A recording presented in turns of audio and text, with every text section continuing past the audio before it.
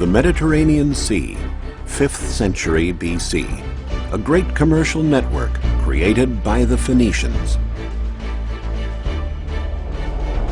In hundreds of archaeological sites scattered around the Mediterranean, objects are often found that are completely extraneous to local civilizations and cultures. An Egyptian amulet in Greece, a Greek vase in Africa, a huge multitude of goods moving from one country to another and another had to be transported and traded in some sort of systematic way. And it is the Phoenicians, with their tall headdresses, their formidable ships, their skills in trading, and their courage on the high seas, who made a name for themselves in this pursuit. We'll see how the Phoenicians took on a diverse civilization of cultures and wove them together to become the undisputed lords of the sea.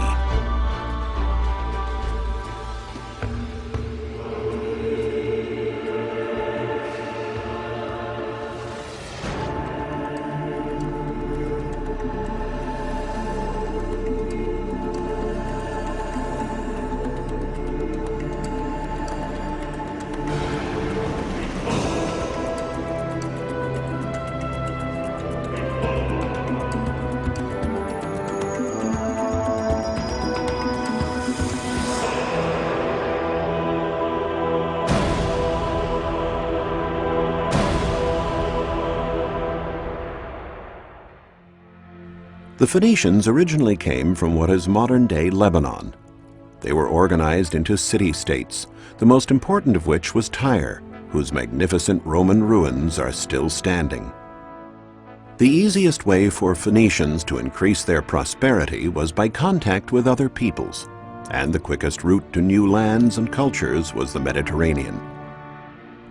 They soon became outstanding sailors and astute traders, indeed the very best. They learned to recognize products that people wanted to acquire and those they wanted to trade. And they started sailing and trading as far back as the 2nd millennium BC. To support their trade, they set up ports and founded colonies, built warehouses, and created a network of routes that touched on neighboring countries such as Egypt, Greece, the Magna Graecia, and Carthage in North Africa.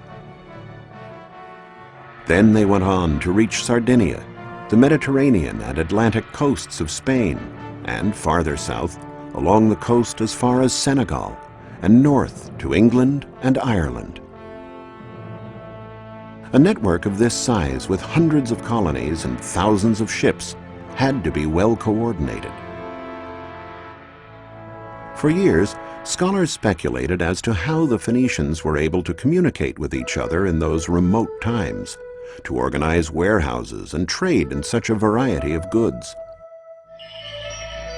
It was the discovery of this sarcophagus of the Phoenician king Ahiram, which dates back to the 13th century BC, that enabled archaeologists to understand the reasons for such great organizational skills. Engraved on the sarcophagus is the most ancient example of writing in alphabet form. It is composed of letters and not hieroglyphics. The Phoenicians were the first to invent an alphabet, a factor that proved indispensable in establishing their great trading network. We can get an idea of how extraordinary this innovation was from this comparison. On the right, we see 2 Egyptian hieroglyphics, and on the left, 2 letters from the Phoenician alphabet, an M and an H. By assembling these letters, the reader now didn't have to interpret a concept represented by a hieroglyphic or picture. He had a specific code that always remained the same and had the same meaning for whomever was reading it. The commanders of the Phoenician fleets had to have many skills. They not only needed expert knowledge of the sea and foreign lands, but they had to know the art of trading as well, what to buy, what to sell. One precious cargo of theirs was the mythical cedar of Lebanon, an excellent timber for building sturdy cargo vessels and warships.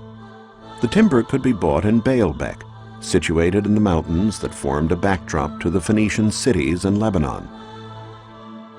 In the Hellenistic period, the city of Baalbek was known as Heliopolis, City of the Sun. By studying the meaning of these swastikas and other evidence, such as the different colors of columns at this site, archaeologists discovered that the enormous temple that dominated the city was dedicated to the sun god, after which the city was named. But why were the columns painted in different colors? The mystery can be solved when the columns are linked to the cardinal points. The dark columns were placed to the west, while the lighter colored columns were set to the east. They were supposed to represent life and death, the rising and setting of the sun. In 60 AD, the Cella of the sun god was the most important construction in the entire sacred area, with 54 columns over 60 feet high, more than 6 feet in diameter. Having loaded the trunks of cedar wood onto carts, the traders would return to the coast where their ships awaited them.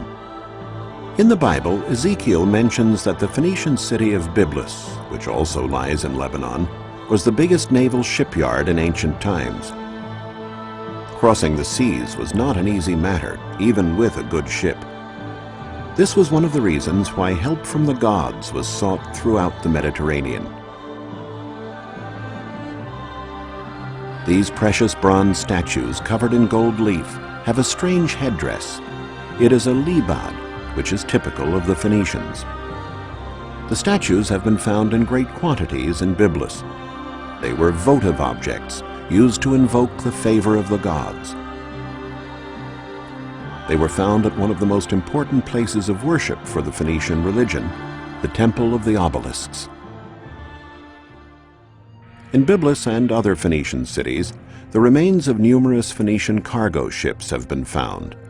The typical ship was 65 feet long and over 16 feet wide, large enough to carry a great deal of the precious cedar, as well as luxurious fabrics dyed with a reddish-purple pigment known as murex.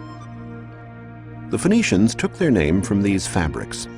Phoenix, Phoenician, comes from the Greek word phoin, or red.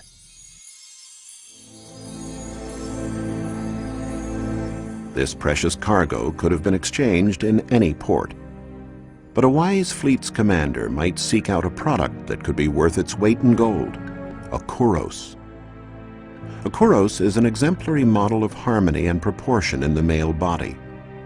Many of these statues, dating from the Archaic period, were discovered on the island of Rhodes near Comoros. Excavations nearby unearthed these celebrated vases, which are known as the vases of Ficalura. This concentration of arts and craftsmanship on this island can be explained by the fact that Rhodes lay at the hub of important trading routes. To break up the long sea journeys, the ships sailed from island to island, and Rhodes was an obligatory port of call. Here is the dry dock, or coffin, of the colony, which has been preserved intact for millennia. Here the Greeks were offered the fabrics and cedar for their ships. In return, the Phoenicians were given exquisitely decorated pottery and objects from all over Greece, including beautiful Greek statues like this one, as well as bronzes produced in the Magna Graecia, which may have been ordered by a rich Phoenician resident in a distant colony. Statues like this ephebe in bronze, or the famous youth of Mothia, were found during excavations in the ancient Phoenician colony of Mothia in Sicily.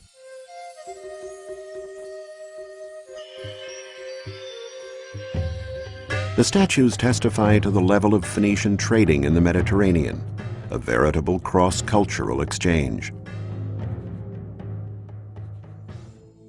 The ship, now loaded with vases, statues, and jewels, continues its journey to the west. It sails past the Pillars of Hercules at the Isthmus of Gibraltar and heads south along the Atlantic beaches of Africa between Morocco and Guinea. The Phoenicians were the only people brave enough to venture into the Atlantic. Ancient peoples were terrified of passing the Pillars of Hercules because they believed that beyond lay the end of the world. What was it that pushed the Phoenicians so far? The Greek historian Herodotus documented it in his writings. It was gold. The Phoenicians unload the merchandise and lay it out on the shore. Then they go back on board their ships and send up smoke. The locals see the smoke and place the gold that they are offering in exchange beside the merchandise. Then they withdraw. The Phoenicians descend from their ships and examine it. If they calculate that the quantity of gold corresponds to the value of their merchandise, they take it and leave. Otherwise, they go back to their ships and wait until they are satisfied. The African peoples were very taken with the showy Eastern goods and quite indifferent to the yellow metal that was found in such abundance there.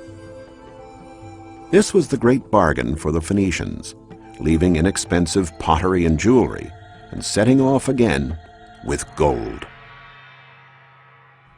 The ship would now head north.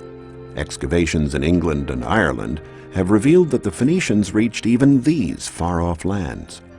Numerous finds have indicated that in exchange for pottery and jewelry, the northern peoples gave tin, a metal that was in great demand for producing bronze and the other alloys used by the Phoenicians and Greeks.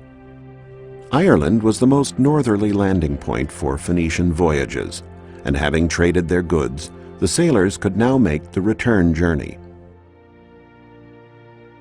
The trips always held the portent of danger.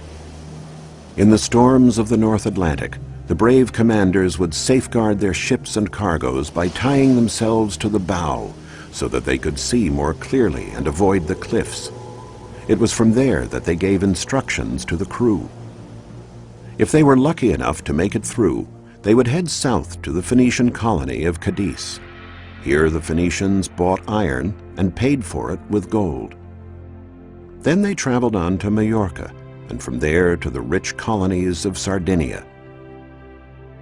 It's here that an archaeological dig uncovered a gold mine, not a seam or stratum of gold, but a huge array of precious gold jewelry, now on display in the Archaeological Museum in Cagliari.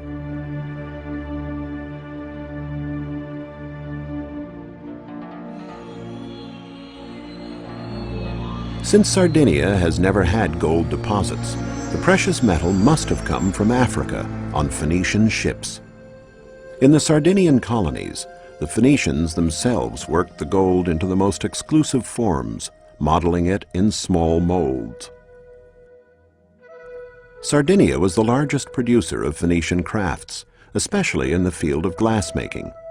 They made ointment jars to hold balms and perfumes, necklaces, and characteristic amulets.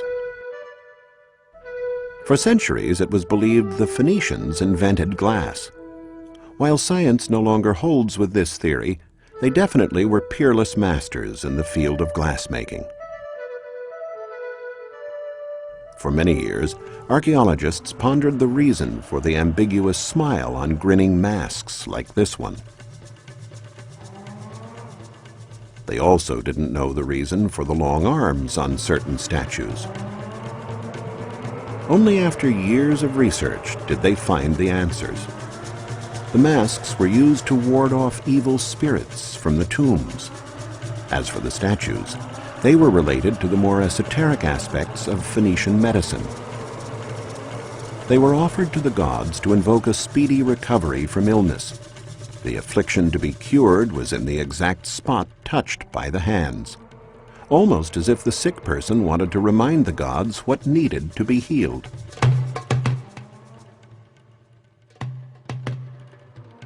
Walls and the sea.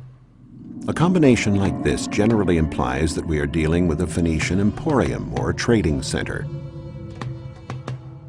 The archaeological site of Tharos in Sardinia may not have any large architectural structures still standing, but it is one of the most eloquent when it comes to ancient urban design.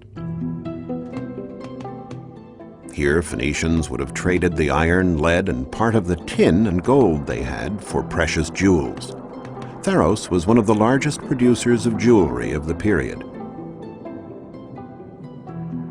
Among the many Phoenician remains here is a completely extraneous round construction called a nuraghe that was typical of the Pelites, the ancient inhabitants of Sardinia who were conquered by the Phoenicians.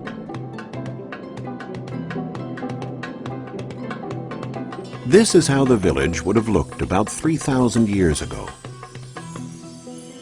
The Nuragic civilization is very ancient, dating back to the 2nd millennium BC.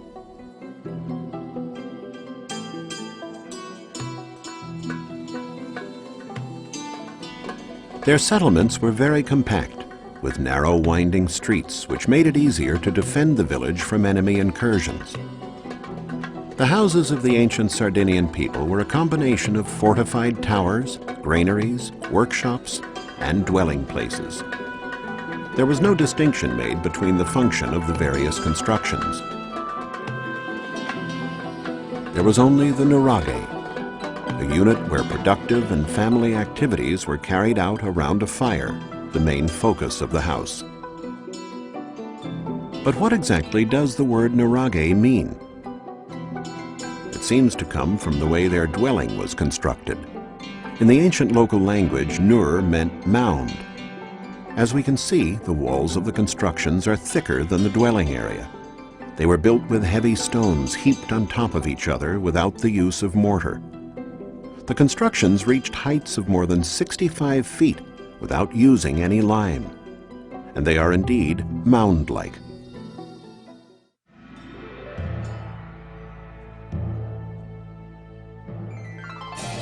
Phoenician ports, like this one in Nora, all had something in common. They were situated near promontories. In this way, ships could be moored on both sides of the promontories, creating a larger dock area. The only thing the Phoenicians looked for was to be able to land quickly, get their business done, and then set sail again. These are the foundations of the Phoenician quarter in Nora. Although it's worlds away from the Romans' concept of living, with the Romans preferring large, orderly quarters equipped with many services and amenities, the Phoenicians did share the Romans' love of thermal baths. The baths here in Nora are decorated with rich mosaics. The theater here is also quite spectacular. Dating from the 2nd century AD, it is one of the most fascinating monuments in all of Sardinia.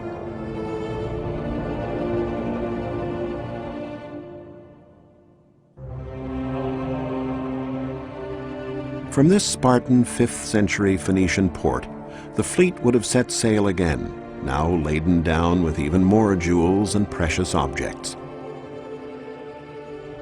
One of the greatest archaeological mysteries regarded the port of Carthage, queen of the Mediterranean, the most powerful of all Phoenician colonies. The Greek historian Appian, a native of Alexandria in Egypt, tells us that the port had 2 harbors, the rectangular commercial port and the round military harbor with an island in the center. However, in modern times, no place seemed to correspond to that description until in the 19th century, the writer René Chateaubriand noticed these 2 lagoons near the bay of Le Cram were very similar in shape to the ports mentioned. He realized that this was Carthage. This discovery led to a heated debate, which was only concluded with excavations carried out in 1974. A British team, excavating on the circular island, found evidence that confirmed Chateaubriand's theory.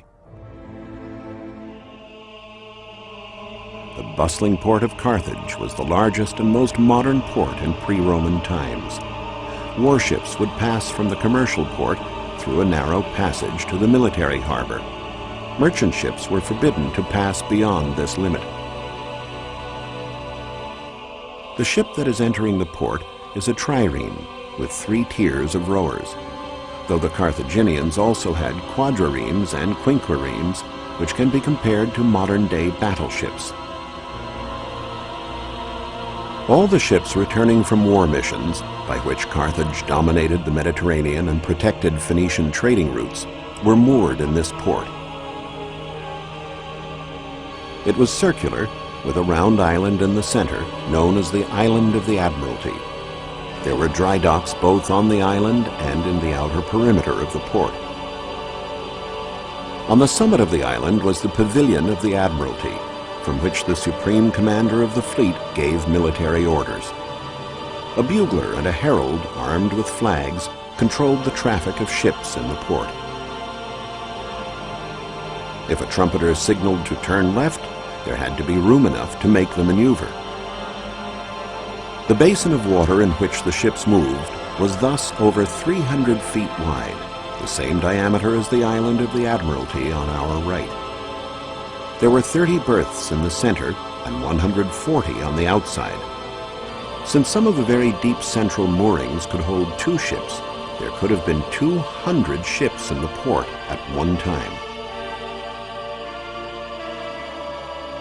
The military port in Carthage was always packed in winter, since bad weather made it dangerous for the ships to be out on rough seas. Thus there was a tendency to avoid war during this time, and this was a good time to service the ships. The trireme would be pulled up onto dry land over the slightly sloping terrain of the island. Planks of wood set crossways ensured that the ships kept their grip on the slipway.